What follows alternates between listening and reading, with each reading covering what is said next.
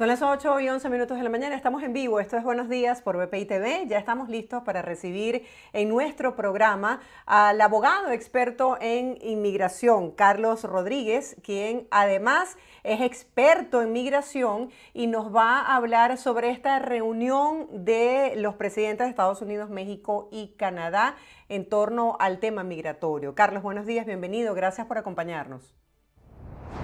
Y gracias por la invitación a su programa.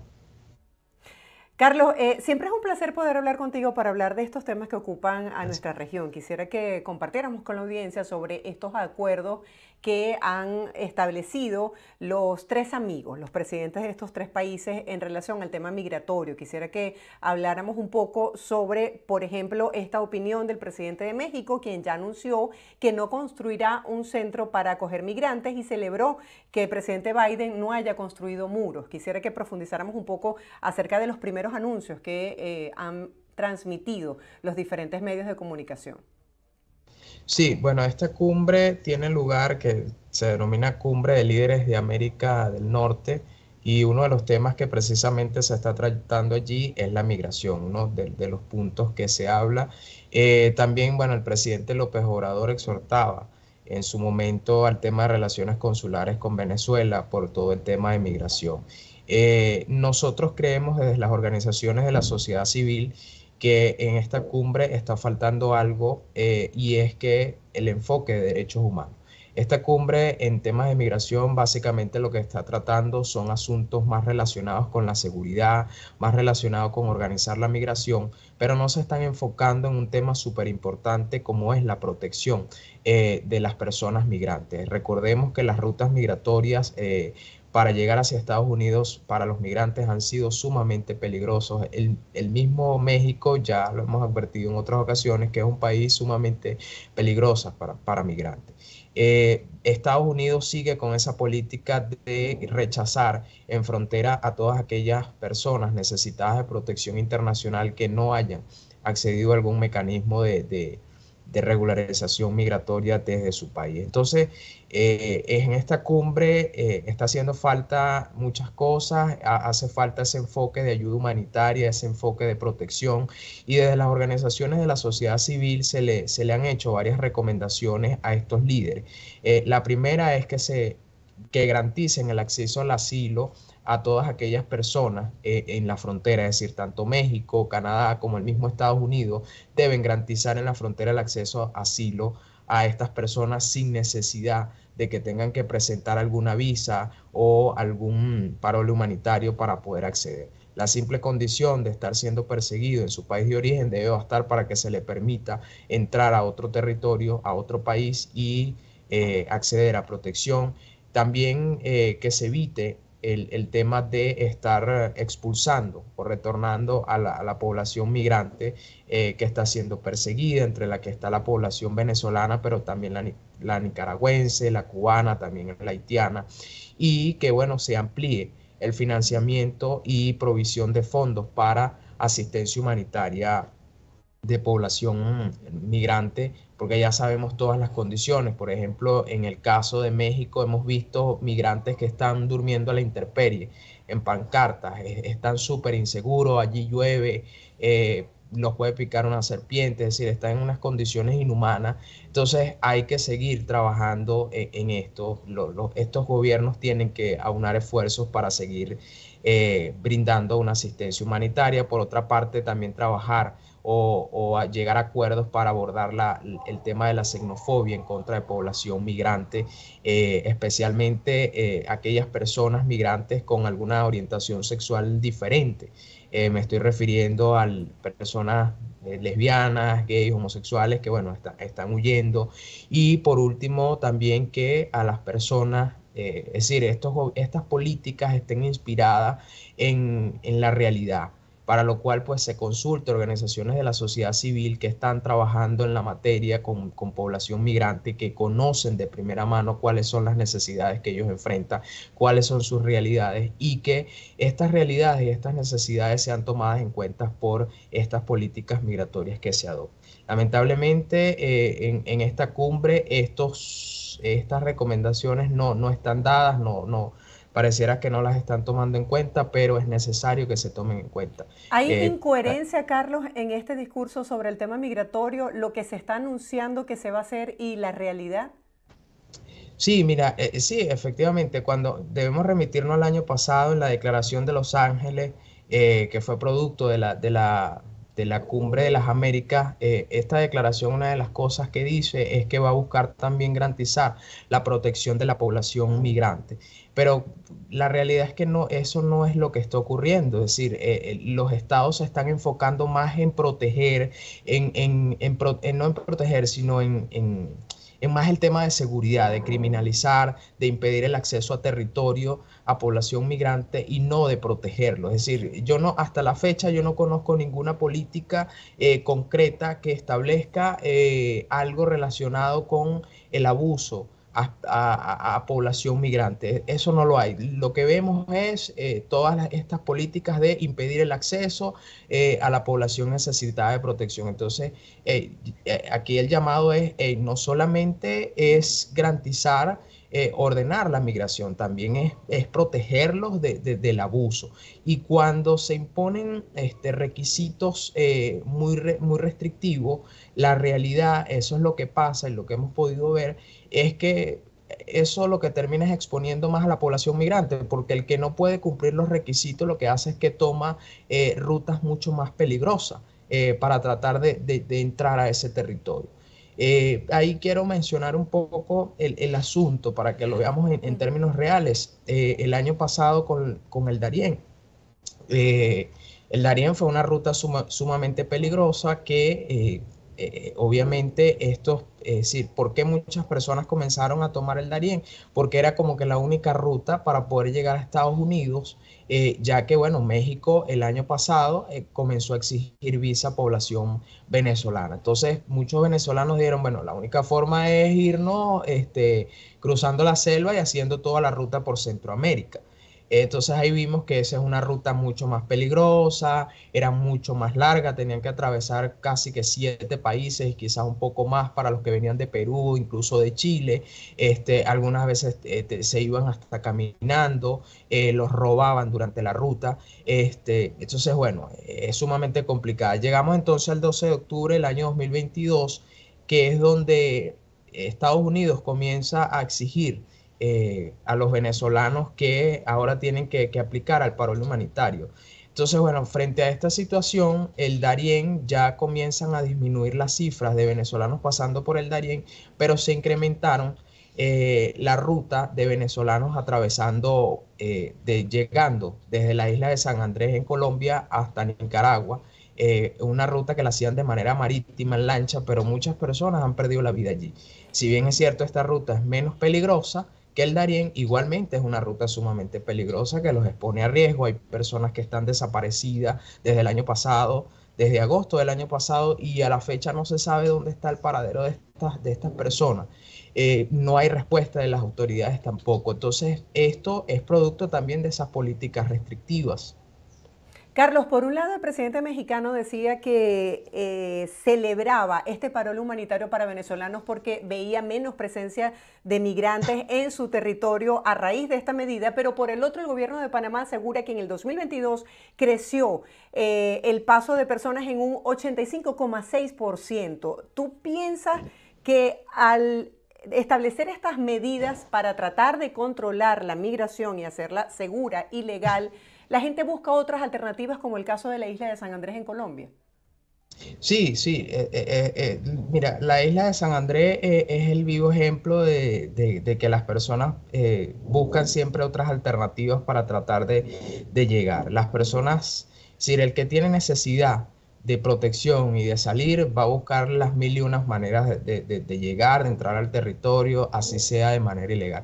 Claro, el presidente de México aplaude la medida del parol humanitario porque precisamente a él también le conviene que no siga llegando población venezolana o población migrante en México. O sea, México se está llenando, Estados Unidos le está pasando toda la carga a México. Es decir, la semana pasada incluso, es decir, el paro humanitario que se venía aplicando desde octubre del 2022 a venezolanos, ahora se extendió. La semana pasada fue extendido a población cubana, haitiana y nicaragüense. Entonces ahora México tiene que aceptar la devolución mensual de por lo menos 30.000 personas de esta nacionalidad, y a eso hay que agregarle las 24.000 de venezolanos. Entonces, México se está llenando. A México no le conviene que siga llegando población migrante a su país, porque se está sobrecargando y obviamente las instituciones tampoco tienen para dar respuesta. Entonces aquí es la importancia de que también la cooperación internacional, de que los países unan esfuerzos. Mira, vamos a colaborar, vamos a ver qué medidas de integración podemos implementar para población refugiada y migrante. Ahora, con relación al tema del paso por el Darién, sí, efectivamente hubo un incremento de población venezolana por el Darién en el año pasado. Las cifras cerraron en más de 150.000 personas. Y cuando revisamos, es decir, la población venezolana en las estadísticas se ubica como la primera que más cruzó en el año 2022. Cuando revisamos quién se encuentra en el segundo lugar, es la población ecuatoriana. Pero cuando vemos las cifras de población ecuatoriana que cruzaron, son a duras penas 20.000 o 25.000. Exactamente son 29.000, aquí tengo las cifras. Entonces no llega ni siquiera a los 30.000, es decir, que ahí vemos cómo la población venezolana, es decir, superó a números sumamente altos al resto de la población que tradicionalmente usaba esta ruta, que era la población haitiana y la población cubana. Incluso en el informe que hicimos sobre este tema el año pasado, las pesadillas del sueño americano, allí reflejábamos que en 10 años, es decir, desde el año 2010 hasta el año 2020, las cifras fueron muy pequeñas, es decir, no eran cifras que no superaban tanto. Es decir, estas cifras del año 2022 superaron nada más las cifras de población venezolana que cruzó el Darién, superó las de los últimos 10 años. Entonces ahí vemos que hay una cantidad considerable de personas que cruzó, y bueno, unas estadísticas sumamente altas, y la mayoría es población venezolana la que cruzó en el año 2022. Sí, de hecho, el gobierno de Panamá anunció que tan solo en estos primeros días del año 2023, casi 3.800 migrantes atravesaron esta peligrosísima selva del Darién. Sí. Quisiera que nos hablaras un poco acerca de un tema que acabas de tocar, que me parece muy interesante, muy puntual, que es lo que tiene que ver con la protección de los inmigrantes que están en territorio mexicano. Veía en medio de la entrevista que le hacían a los presidentes que ellos señalaban que iban a abordar las mafias que estaban engañando a los migrantes, vendiéndoles paquetes para luego estafarlos, pero no profundizaban sobre de qué manera iban a establecer un plan coordinado. ¿Qué piensas que ha faltado en esta cumbre para abordar realmente el tema migratorio? Sí, ahí vuelvo y repito, como te lo decía al principio, el enfoque, es decir, no tiene el enfoque, lamentablemente esta cumbre no tiene el enfoque de protección de derechos humanos.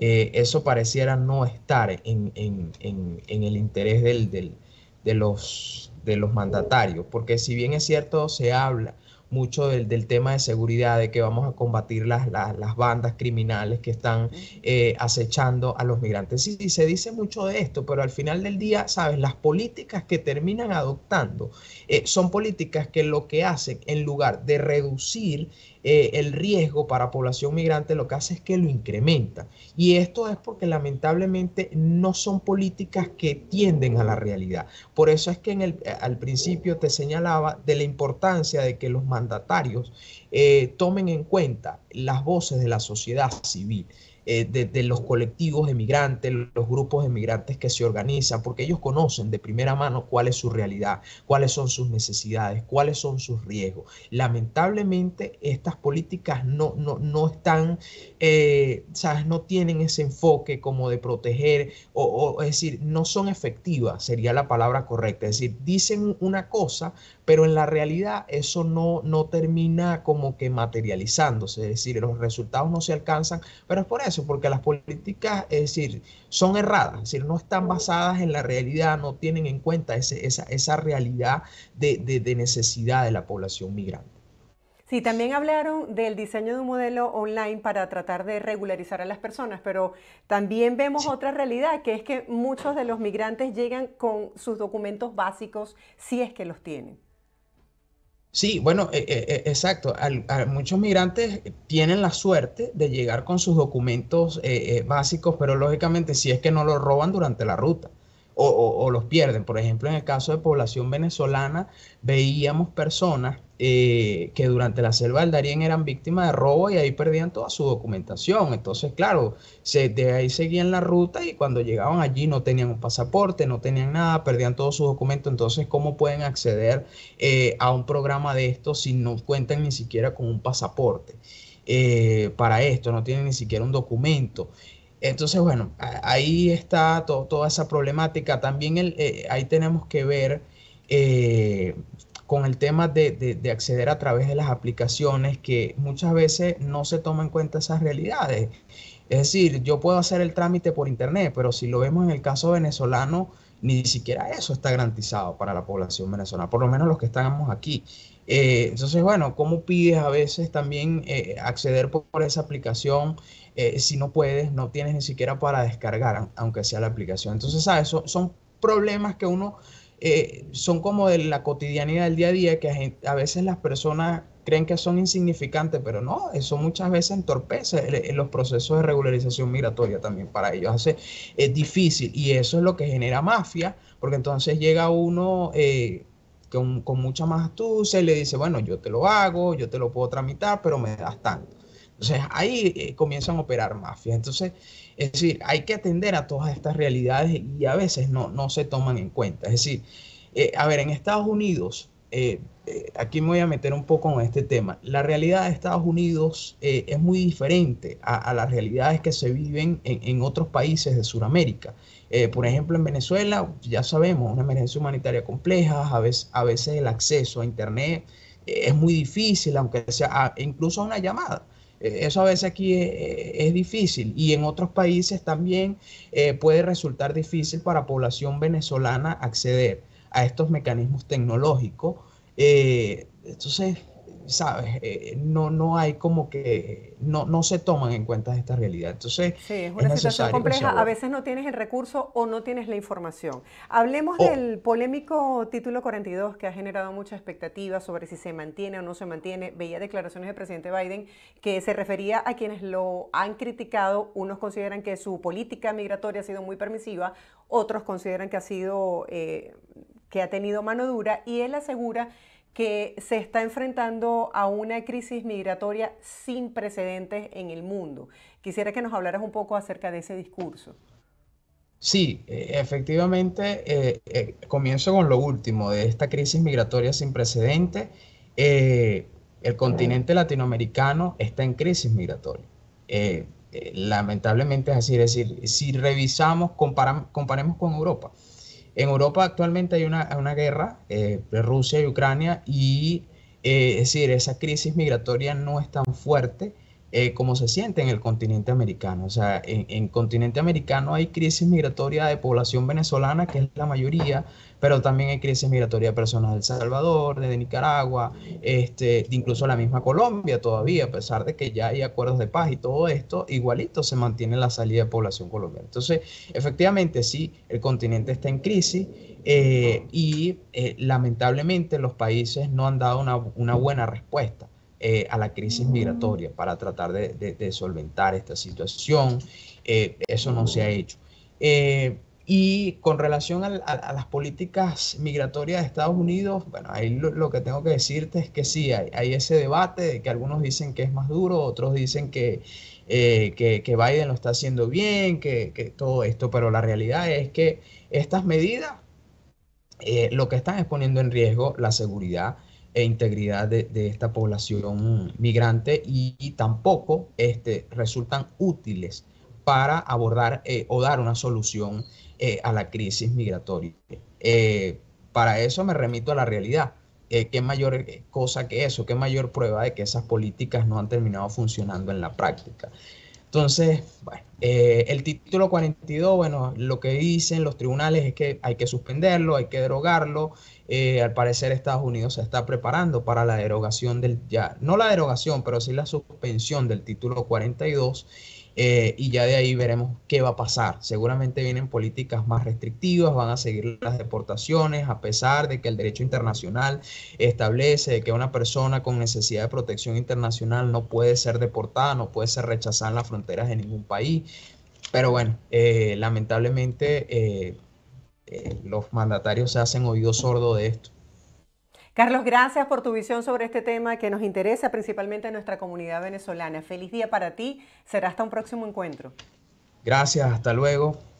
Era Carlos Rodríguez, experto en migración y profesor de la Universidad Católica Andrés Bello en Venezuela. Hacemos una breve pausa, los dejamos de inmediato con el pronóstico del tiempo en Venezuela y ya volvemos con más información.